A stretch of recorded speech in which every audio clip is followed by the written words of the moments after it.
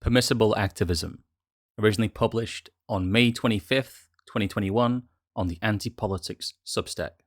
My first encounter with what could reasonably be described as an leftist activist was over 10 years ago at an Amnesty International presentation to my sixth form debate club. Absolute Chad, I know. They recommended some student speakers from a World Without Borders group, so stood before the assembled nerds, who were mostly just there for a priority lunch pass, were these two painfully posh crust punk types with white people dreadlocks who spoke like they were on a gap year, giving a utopian presentation that was basically the lyrics to John Lennon's Imagine, interspersed with dark mutterings about direct action. The entire experience was painful and embarrassing for everyone involved, not least of all the well-meaning tutor who'd organised the talk. In his mind, he just wanted to get the students more politically engaged.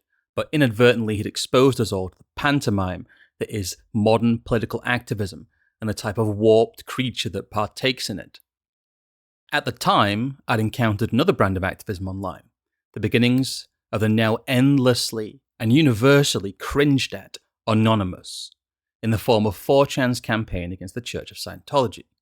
The internet was supposed to revolutionize activism, and this event is often cited as a watershed moment in organizing physical protests using the resources of the digital world to fight and overcome a larger foe with greater resources. The only issue is, as someone who was there at the time, that's purely fiction. What little was achieved mostly revolved around keeping information and cult resources accessible online that lawyers had been continuously suppressing for years.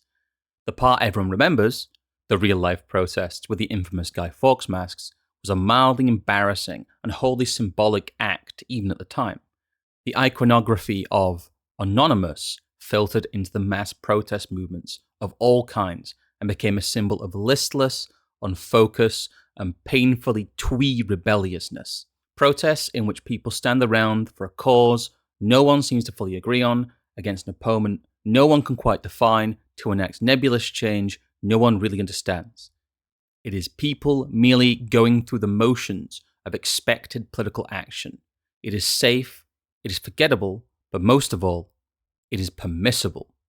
Nowhere is protest and activism safer or more ingrained than in universities. Students are expected to be engaged in some form of leftward political activism to the point it has become a cliche since the 1970s.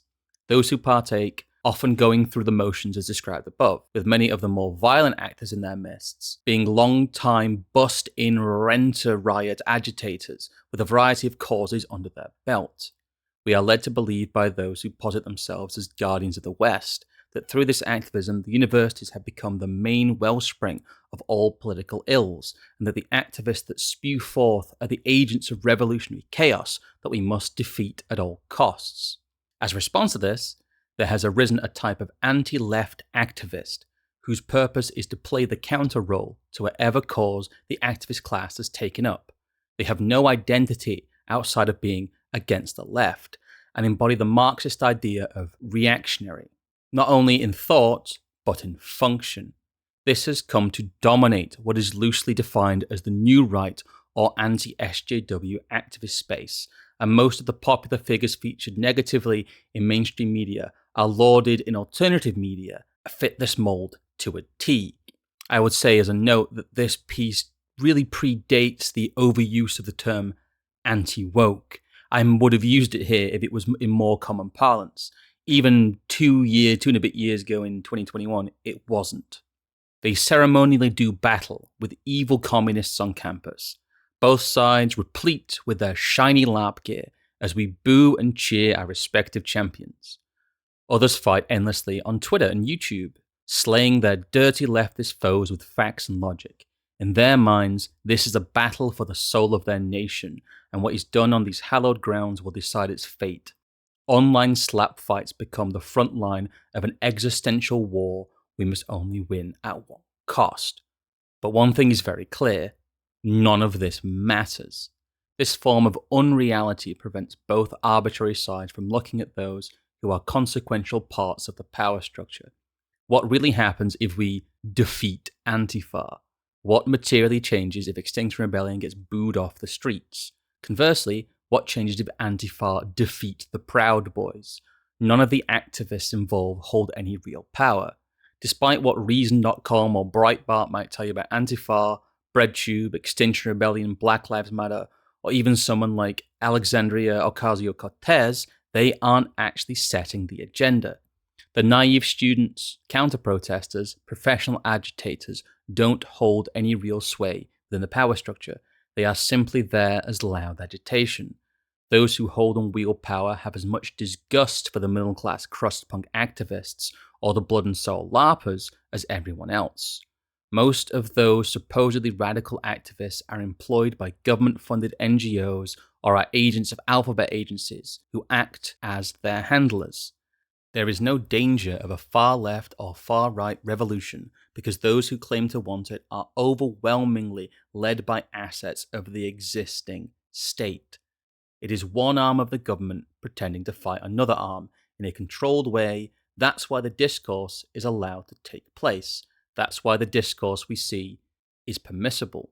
Leftist activists are low-hanging fruit. You're supposed to get angry at them. In doing so, they set the debate. The right would not be talking about, for example, trans children, unless the left were engaging in activism that steers the discussion. Instead of implementing useful change or even discussing it, they endlessly engage with red rags professional agitators wave in front of them. Both sets of activists end up engaging in the same permissible debate, wasting time, energy, and money on fighting causes that did not exist outside of the fever dream of a handful of academics and radicals until they became a useful distraction. Suddenly, your revolutionary movement, no matter where it falls on the political map, is only talking about the minutiae of childhood consent to hormones. It no longer focuses on those who hold real power. The vast majority of modern political discourse is made up of surrogate activism by design. It insulates those in the power structure from examination through layers of useless debate. The end result of surrogate activism within the political process is always the same: false compromise. The two imaginary sides come together and agree to implement what side X wants, but at the pace side Y is happy with, or to add meaningless safeguards and caveats. When framed as social issues, the left gains concessions. When framed as security issues, the right gains concessions. Both sides are then able to go back to the populace or their respective audiences and inform them that their will has been implemented and the thirst for change has been satiated. The mission accomplished banners come out on both sides and nothing changes, apart from what those who hold the reins of power want to change. The issues involved and the groups involved don't actually matter. They are interchangeable, and as we've seen over the past few years, they change at quite the pace. What matters is the process ending in the performative act of compromise. It's a miniature version of the peaceful handover of power and the compromises therein. It allows ideas that the populace at large may find utterly distasteful to become part of the public fabric, as they supposedly prevent conflict as a means of compromise. Within a modern liberal democracy, you must always surrender to ideas the elite want to implement if they can pretend a sizable or loud enough minority to believe them. This is a method of manufacturing consent.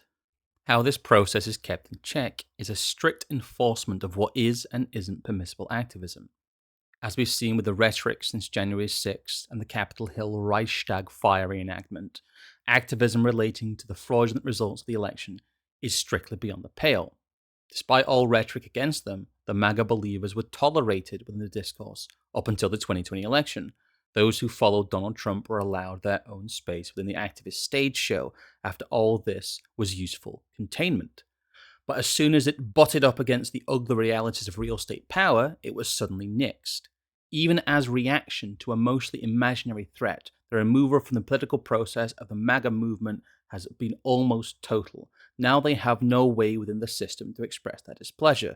Their ideas, as middle-of-the-road and basic bitch populist as they are no longer permitted because they stepped a toe outside the pre-agreed political talking points by questioning the legitimacy of the voting system, and they will expend a huge amount of political energy simply trying to return to where they were prior to 2016.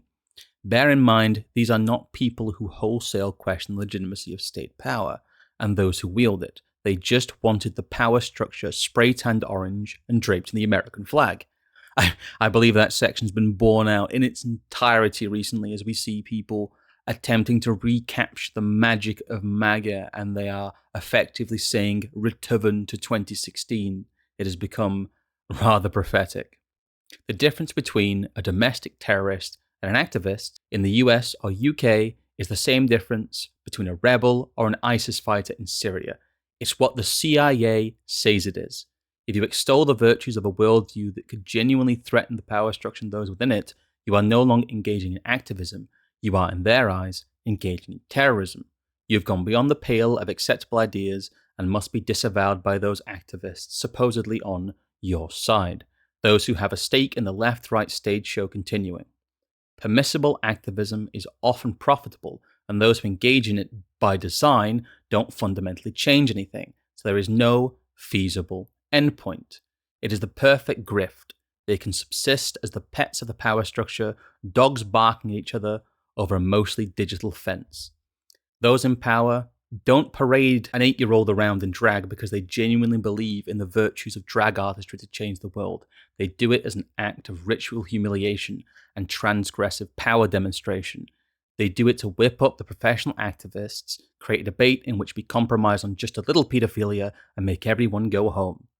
Ultimately, they do it because they want to demonstrate they can, and to waste your time engaging in a good faith argument with dishonest people who would say or do anything to retain power and make you out to be their enemy.